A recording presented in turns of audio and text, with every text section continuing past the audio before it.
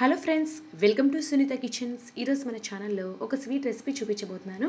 అదేంటంటే గోధుమ రవ్వతో కేసరి ఎలా తయారు చేసుకోవాలో చూపిస్తాను. చాలా టేస్టీగా ఉంటుందండి. హెల్త్ కూడా చాలా మంచిదండి గోధుమ రవ్వతో ఏ రెసిపీ చేసినా కూడా. ఇప్పుడైతే తయారీ విధానాన్ని చూసేద్దాము. ముందుగా స్టవ్ వెలిగించి ఒక కడాయి పెట్టుకొని అందులోకి 2 టేబుల్ స్పూన్ల దాకా నెయ్యి వేసి వేడి చేసుకోవాలి. మీడియం ఫ్లేమ్లో నెయ్యి బాగా వేడెక్కిన తర్వాత ఇందులోకి ముందుగా జీడిపప్పు, బాదం పలుకులు వేసుకొని వీటిని దోరగా వేయించుకుందాము. వీటిని కాస్త దూరగా వేయించుకున్న తర్వాత చివర్లో ఎండు ద్రాక్ష వేసి వాటిని కూడా 1 నిమిషం పాటు వేయించుకుంటే సరిపోతుంది. ఎండు ద్రాక్ష చాలా త్వరగా వేగిపోతాయండి, అందుకే చివర్లో వేశాను. ఈ ఎండు ద్రాక్ష బాల్స్లా తయారైపోయిన వెంటనే వీటిని ఒక ప్లేట్లోకి తీసి పక్కన పెట్టుకోవాలి. చూసారు కదా, ఎండు ద్రాక్ష ఇలాగా బాల్స్గా తయారైపోయిన వెంటనే తీసేసుకోవాలండి, లేకపోతే మాడిపోతాయి.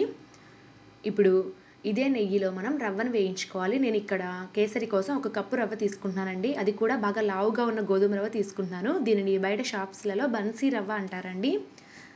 కిరాణా షాపులు అన్నిట్లో కూడా దొరుకుతుందనమాట. ఇప్పుడు ఈ రవ్వని ఒక 4-5 నిమిషాల పాటు బాగా వేయించుకోవాలి నేతిలో. చాలా టేస్టీగా ఉంటుందండి ఇలా వేయించుకోవడం వల్ల. ఖచ్చితంగా ఇలా వేయించుకొని తర్వాత కేసరి ప్రిపేర్ చేసుకోండి, టేస్టీగా వస్తుంది. 4-5 నిమిషాల పాటు మాత్రం ఖచ్చితంగా దోరగా వేయించుకోవాలి. ఇలాగ కంటిన్యూస్గా కలుపుకుంటూ ఒక 5 నిమిషాల పాటు బాగా వేయించుకున్న తర్వాత ఇందులోకి 2 కప్పుల దాకా వాటర్ వేసుకోవాలి. అంటే 1 కప్పు రవ్వకి 2 కప్పుల వాటర్ అయితే పర్ఫెక్ట్గా సరిపోతుంది. రవ్వ కూడా బాగా ఈవెన్గా ఉడికిపోతుంది అనమాట. మెత్తగా ఉడకాలి కదా, కాబట్టి వాటర్ 2 కప్పులు వేసుకోండి. ఇప్పుడు ఒకసారి బాగా కలుపుకొని ఇలాగే ఒక 5-6 నిమిషాల పాటు కుక్ చేసుకుందాము. మీడియం ఫ్లేమ్లోనే మూత పెట్టేసి సుమారుగా ఒక 5-6 నిమిషాల పాటు మీడియం ఫ్లేమ్లో కుక్ చేసుకున్న తర్వాత చూస్తే గోధుమ రవ్వ ఆల్మోస్ట్ ఉడికిపోయిందండి, బాగా మెత్తగా. ఇందులోకి ఇప్పుడు మనం షుగర్ యాడ్ చేసుకోవాలండి. నేను ఈ కేసరి కోసం షుగర్ యాడ్ చేస్తున్నాను. మీకు ఇష్టం లేకపోతే బెల్లంతోనైనా చేసుకోవచ్చు. బెల్లం కూడా తురిమి ఇలాగే సేమ్ క్వాంటిటీలో వేసుకోవాలన్నమాట.